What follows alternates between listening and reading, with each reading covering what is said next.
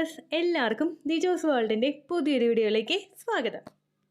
ഏറ്റവും കോമൺ ആയിട്ട് ഒരു സ്ത്രീക്ക് ഉണ്ടാകുന്ന 17 പ്രഗ്നൻസി ലക്ഷണങ്ങളെ പറ്റിയിട്ടാണ് ഇന്നത്തെ വീഡിയോയിൽ സംസാരിക്കുന്നത് കേട്ടോ.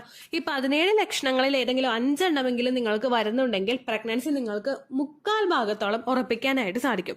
പ്രിമെൻസ്ട്രൽ സിംറ്റം ഉള്ളവർക്ക് ഇത് ഈ ലക്ഷണം വെച്ചിട്ട് ഉറപ്പിക്കാനായിട്ട് സാധിക്കില്ല. എന്നാൽ അങ്ങനെയുള്ള സിംറ്റംസ് ഒന്നും ഭയങ്കര വേഴ്സ് ആയിട്ടൊന്നും ഇല്ലാത്തവർക്ക് ഈ ലക്ഷണമൊക്കെ മാത്രം മതി നിങ്ങൾക്ക് പ്രഗ്നൻസി ഉറപ്പിക്കാനായിട്ടോ.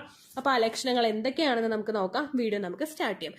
വീഡിയോ തുടങ്ങുന്നതിന് മുൻപായിട്ട് പറയട്ടെ, ഈ ലക്ഷണങ്ങളൊന്നും ഇല്ലെങ്കിലും പ്രഗ്നന്റ് ആകുന്ന ഒരുപാട് പേരുണ്ട്. നമ്മുടെ ലൈഫ് സ്റ്റൈലിൽ വന്നിട്ടുള്ള വ്യത്യാസങ്ങൾ കൊണ്ടും അതുപോലെ നമ്മുടെ ഓരോ തലമുറയൊക്കെ മാറുമ്പോഴുള്ള വ്യത്യാസം കൊണ്ടും പലർക്കും പ്രഗ്നൻസി ലക്ഷണങ്ങളൊന്നും തന്നെ ഇപ്പോൾ കാണാറില്ല. ചില ആളുകൾക്ക് ഭയങ്കര വേഴ്സ് ആയിട്ട് പ്രഗ്നൻസി ലക്ഷണം ഉണ്ടാകുമ്പോഴേക്കും ചില ആളുകൾക്ക് ഒട്ടും തന്നെ ഉണ്ടാവുന്നില്ല. അതുകൊണ്ട് നിങ്ങൾ വിഷമിക്കേണ്ട ആവശ്യമില്ല. എക്സ്പെക്റ്റഡ് പീരിയഡ് ഡേറ്റിൽ നിങ്ങൾക്ക് ബ്ലീഡിംഗ് വരുന്നുണ്ടോ എന്ന് നോക്കുക. ഇൻ കേസ് നിങ്ങൾക്ക് ബ്ലീഡിംഗ് വരുന്നുണ്ടെങ്കിലും ആ ബ്ലഡിന്റെ അളവ് എത്രത്തോളം ഉണ്ടെന്നുള്ള കാര്യം നിങ്ങൾ ശ്രദ്ധിക്കുക. നോർമലി പോകുന്നതിനേക്കാളും വളരെ കുറവാണ് ബ്ലഡ് പോകുന്നതെങ്കിൽ നിങ്ങൾ പ്രഗ്നൻസി ടെസ്റ്റ് ചെയ്ത് നോക്കണം കേട്ടോ. കാരണം ഒരുപാട് പേര് ത്രെട്ടേൺഡ് മിസ്കാരേജ് ഉണ്ടായിട്ടും പ്രഗ്നൻസി പോസിറ്റീവായി മുൻപോട്ടേക്ക് പോകുന്നവരുണ്ട്. ബെഡ് റെസ്റ്റ് എടുത്താലോ ഇഞ്ചക്ഷൻ എടുത്താലോ ലൈറ്റ് ആയിട്ട് ബ്ലീഡിംഗ് ഉണ്ടായിട്ടും പ്രഗ്നൻസി സർവൈവ് ചെയ്ത് മുൻപോട്ടേക്ക് കൊണ്ടുപോകുന്ന ആളുകളും ഉണ്ട് കേട്ടോ. അപ്പോൾ നിങ്ങൾ ഈ കാര്യം കൂടി ശ്രദ്ധിക്കാം. പീരിയഡ് ഡേറ്റ് മിസ്സായി 5 ദിവസം കഴിഞ്ഞിട്ട് പ്രഗ്നൻസി രാവിലെ ആദ്യത്തെ യൂറിൻ എടുത്ത് ടെസ്റ്റ് ചെയ്ത് നോക്കുക. പിന്നീട് ഉച്ചക്കത്തേക്ക് യൂറിൻ എടുക്കുകയാണെങ്കിൽ 4 മണിക്കൂറോളം വെള്ളം കുടിച്ചിട്ടില്ല എന്നുള്ള കാര്യം ഉറപ്പ് വരുത്തിയിട്ട് യൂറിൻ എടുക്കുക കേട്ടോ.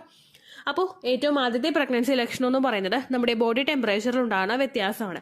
പനി നമുക്ക് വരില്ലേ, പനി വരുമ്പോഴുള്ള അസ്വസ്ഥതയും അതുപോലെ ബോഡി ടെമ്പറേച്ചറുള്ള വ്യത്യാസമായിരിക്കും നിങ്ങൾക്ക് ഉണ്ടാകുന്നത്.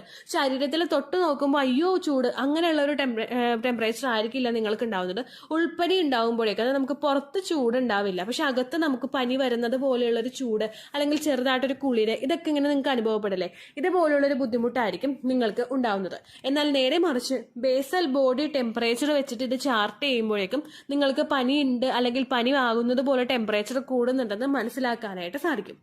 ബേസൽ ബോഡി ടെമ്പറേച്ചർ എന്ന് പറയുന്നത് നമ്മൾ കിടന്നിട്ട് വേറെ ഏത് ആക്ടിവിറ്റി ചെയ്യുന്നതിന് മുൻപും ജസ്റ്റ് ഒന്ന് എഴുന്നേറ്റിരിക്കുന്നതിന് മുൻപും ആയിട്ട് നിങ്ങൾ എടുക്കുന്ന ടെമ്പറേച്ചറാണ് ബേസൽ ബോഡി ടെമ്പറേച്ചർ. ഇത് വെച്ചിട്ട് നിങ്ങൾ ചാർട്ട് ചെയ്ത് കഴിയുമ്പോൾ ഇംപ്ലാന്റേഷൻ ആയെങ്കിൽ അത് അറിയാനായിട്ട് സാധിക്കും.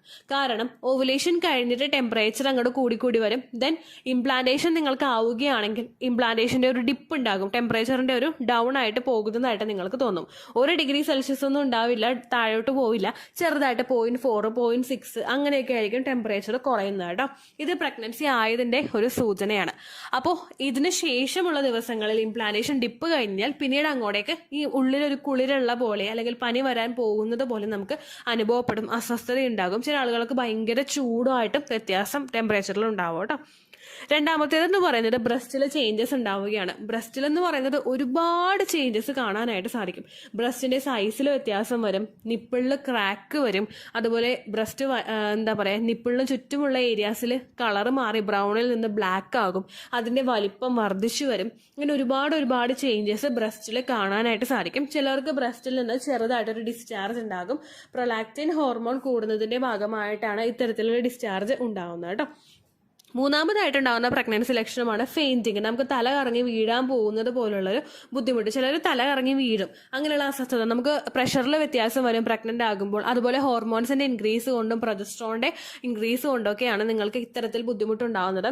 തല ഒന്ന് കറങ്ങുന്നു എന്ന് തോന്നിക്കഴിഞ്ഞാൽ അപ്പം തന്നെ നിലത്ത് എവിടെയെങ്കിലും ഇരിക്കുക കേട്ടോ. കസേരയിൽ ഇരിക്കരുത്, നിലത്ത് അല്ലെങ്കിൽ കട്ടിലിൽ ഉള്ളിലോട്ട് കയറിയിട്ട് നിങ്ങൾ ഇരിക്കാനായിട്ട് ശ്രദ്ധിക്കുക. തല കറങ്ങുന്നു എന്ന് വിചാരിച്ചിട്ട് നിങ്ങൾ പണി കണ്ടിന്യൂ ചെയ്യരുത് കേട്ടോ. ബോഡിക്ക് റെസ്റ്റ് വേണമെന്ന് തോന്നിക്കഴിഞ്ഞാൽ റെസ്റ്റ് നിങ്ങൾ മസ്റ്റായിട്ട് കൊടുക്കുക. അടുത്തതാണ് ഇംപ്ലാന്റേഷൻ ബ്ലീഡിങ്. ഇംപ്ലാന്റേഷൻ ക്രാംസും ഇംപ്ലാന്റേഷൻ ബ്ലീഡിങ്ങും എല്ലാവർക്കും ഉണ്ടാവണമെന്ന് ഒരു നിർബന്ധമില്ല. ഇംപ്ലാന്റേഷൻ നടക്കുന്ന സമയത്ത് എൻഡോമെട്രിയൽ ടിഷ്യൂസ് ചെറുതായിട്ടൊന്ന് റിമൂവ് ആയിട്ട് ആ എംബ്രിയോ അവിടെ ഇംപ്ലാന്റ് ആകുമ്പോഴാണ് നിങ്ങൾക്ക് ഇത്തരത്തിൽ വേദനയും അതുപോലെ ബ്ലീഡിങ്ങും ഉണ്ടാവുന്നത്. ചുരുക്കം ചില ആളുകൾക്ക് മാത്രമേ ഇംപ്ലാന്റേഷൻ ക്രാംസും ഇംപ്ലാന്റേഷൻ ബ്ലീഡിങ്ങും ഉണ്ടാവുകയുള്ളൂ. ഇതുണ്ടാകുന്ന സമയം എന്ന് പറയുന്നത് ഓവുലേഷൻ കഴിഞ്ഞിട്ട് 6 to 12 ഡേയ്സിനകത്താണ്. അതിനുശേഷം നിങ്ങൾക്ക് അനുഭവപ്പെടുന്നതെല്ലാം പ്രഗ്നൻസി ആയതിന്റെ ക്രാംസും ചെറുതായിട്ടുള്ള പ്രഗ്നൻസിയുടെ ബ്ലീഡിങ്ങും ഒക്കെ ആയിരിക്കും കേട്ടോ. അപ്പോൾ ഇതും നിങ്ങൾക്ക് ഉണ്ടാകുന്ന ഒരു ലക്ഷണമാണ്. അഞ്ചാമത്തെ കാറ്റഗറിയിൽ വരുന്നതാണ് നമുക്ക് ഭയങ്കര ക്ഷീണം, അതായത് ഒന്നും ചെയ്യാനായിട്ട് തോന്നില്ല, മനസ്സ് മടുത്ത് നമ്മൾ എവിടെയെങ്കിലും കിടക്കുന്ന ഒരു സിറ്റുവേഷൻ ഉണ്ടാവില്ലേ, അങ്ങനെ ഒരു അവസ്ഥ. ചിലപ്പോൾ നമ്മൾ ഭയങ്കര ആക്റ്റീവായിട്ട് ജോലി ചെയ്തുകൊണ്ടിരുന്നവരായിരിക്കും, പക്ഷെ നമുക്ക് ഒന്നും ചെയ്യാനായിട്ട് തോന്നുന്നില്ല, എവിടെയെങ്കിലും മൂടി പുറച്ചൊന്ന് കിടന്നാൽ മതി, അങ്ങനെയുള്ള ഒരു ടെൻഡൻസി ആയിരിക്കും ഉണ്ടാവുന്നത്.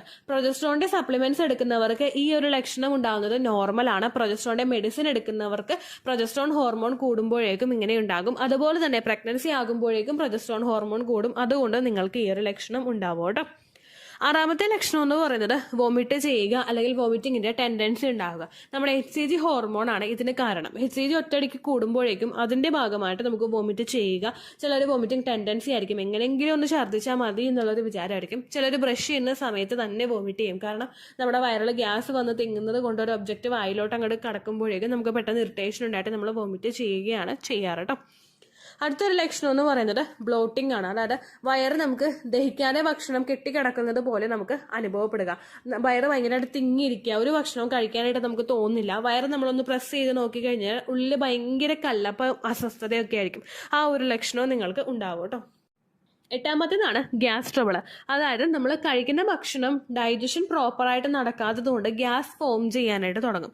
ഈ ഗ്യാസ് നമുക്ക് വന്നു കഴിഞ്ഞാൽ ഭയങ്കര അസ്വസ്ഥതയായിരിക്കും, നമുക്കിങ്ങനെ ഏമ്പക്കം വിട്ടുകൊണ്ടേയിരിക്കും. ചിലർ മേളിൽ കൂടി ആയിരിക്കും, ചിലർ താഴെ കൂടി ആയിരിക്കും. നമ്മൾ ഓക്വേർഡ് ആയിട്ടുള്ള ഒരു ഫീലിംഗ് ആയിരിക്കും അത്. പക്ഷെ നമുക്ക് പ്രഗ്നൻസി സമയത്ത് പലർക്കും ഉണ്ടാകുന്ന ഒരു അസ്വസ്ഥതയാണ് ഡൈജഷൻ പ്രോബ്ലം. അങ്ങനെ വരുന്നവർ മീൽസ് സെപ്പറേറ്റ് ചെയ്ത് കഴിക്കാനായിട്ട് ശ്രദ്ധിക്കുക. അതായത് 3 നേരം തന്നെ കഴിക്കണം എന്ന് വാശി പിടിക്കാതെ അതൊരു 6 ടൈം ആക്കിയിട്ട് നിങ്ങൾ ഉപയോഗിക്കാനായിട്ട് ശ്രദ്ധിക്കുക. അപ്പം നിങ്ങൾക്ക് ദഹിക്കാനായിട്ടുള്ള ഒരു സമയം ഉണ്ടാവും കേട്ടോ.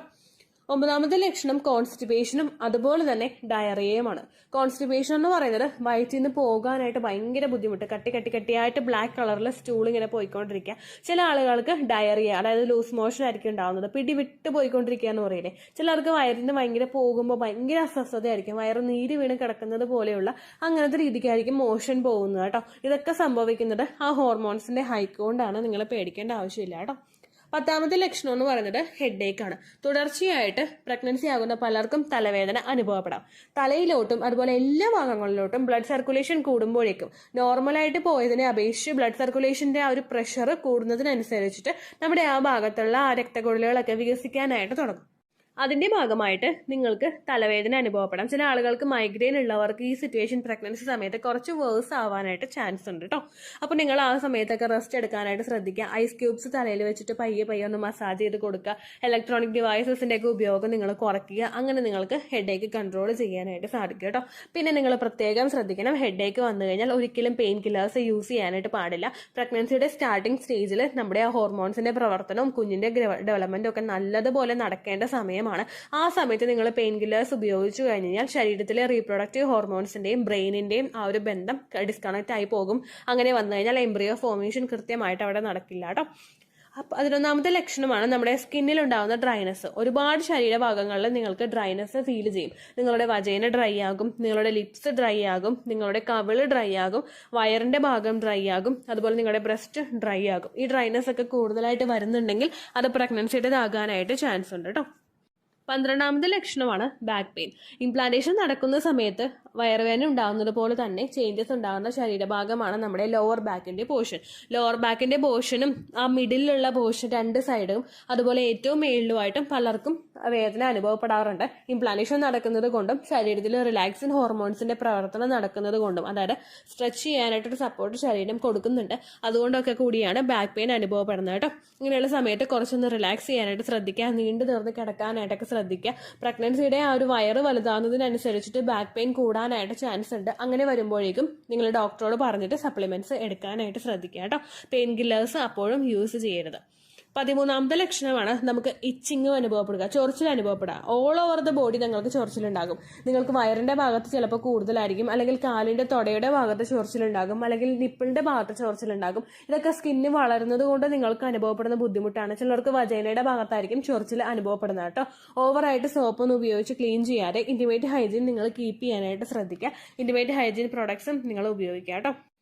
അടുത്തതാണ് ലെഗ് പെയിൻ. നമുക്ക് കാലിൽ വേദന ഉണ്ടാവുക. കാലിൽ നിങ്ങൾക്ക് വേദന ഉണ്ടാവുന്നത് ഒന്നുകിൽ നിങ്ങളുടെ മുട്ടുകാലിനും കാൽപാദത്തിനും ഇടയിലുള്ള പോർഷനിൽ നിങ്ങൾക്ക് വേദന ഉണ്ടാകും, അതല്ലെങ്കിൽ ഉപ്പൂറ്റിയുടെ ഭാഗത്ത് നിങ്ങൾക്ക് വേദന ഉണ്ടാകാം. പ്ലാന്റാർ ഫേഷ്യേറ്റീസ് അല്ലെങ്കിൽ ഉപ്പൂറ്റി വേദന അതികഠിനമായിട്ട് ഉണ്ടാകുക എന്നുള്ള കാര്യം പ്രഗ്നൻസി സമയത്ത് പലർക്കും ഉണ്ടാകുന്ന ഒരു ബുദ്ധിമുട്ടാണ്. നമ്മളുടെ ബ്ലഡ് സർക്കുലേഷൻ വർദ്ധിക്കുന്നതും ചിലപ്പോൾ ന്യൂട്രീഷണൽ ഡെഫിഷ്യൻസീസ് ഉണ്ടാകുന്നതും കാലുവേദന അനുഭവപ്പെടാനായിട്ടുള്ള മെയിൻ റീസൺ ആണ്. അങ്ങനെയുള്ള സമയത്ത് രാത്രി കാലിൽ സോക്സ് ധരിച്ചിട്ട് കിടക്കുക. അതുപോലെ വീട്ടിൽ നിൽക്കുമ്പോഴാണെങ്കിലും വീടിനകത്ത് ചെരുപ്പ് ഉപയോഗിച്ചിട്ട് നമുക്ക് ഉപ്പൂറ്റി ഭാഗത്തൊക്കെ കൂടുതൽ സപ്പോർട്ട് തരുന്ന ചെരുപ്പ് ഉപയോഗിച്ചിട്ട് നിൽക്കുന്നത് നല്ലതായിരിക്കും. ഒരുപാട് കാലുവേദന ഉണ്ടെങ്കിൽ നിങ്ങൾ മസ്റ്റ് ആയിട്ട് ഡോക്ടറോട് പറയണം കേട്ടോ. അടുത്തതായിട്ട് നമുക്ക് വിവിഡ് ഡ്രീംസ് ഉണ്ടാവുക. വിവിഡ് ഡ്രീംസ് എന്ന് പറയുന്നത് പേടിപ്പെടുത്തുന്ന സ്വപ്നങ്ങൾ.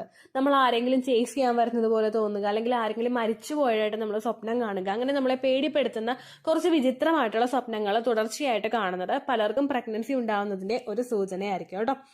അടുത്ത ലക്ഷണം എന്ന് പറയുന്നത് പീരിയഡ് ലൈക്ക് പെയിൻ ആണ്. ഒരുപാട് പേരെ പേടിപ്പിക്കുന്ന ഒരു പ്രഗ്നൻസി ലക്ഷണമാണ് കേട്ടോ ഇത്. കാരണം പീരിയഡ്സ് വരാൻ പോകുന്നത് പോലുള്ളൊരു വേദന. പലരും ടെൻഷൻ ആവാറുണ്ട്, ചേച്ചി ഈ മാസം പോയി ചേച്ചി എന്ന് പറഞ്ഞ് ഭയങ്കര സങ്കടത്തോടുകൂടി സംസാരിക്കുന്നവരുണ്ട് കേട്ടോ.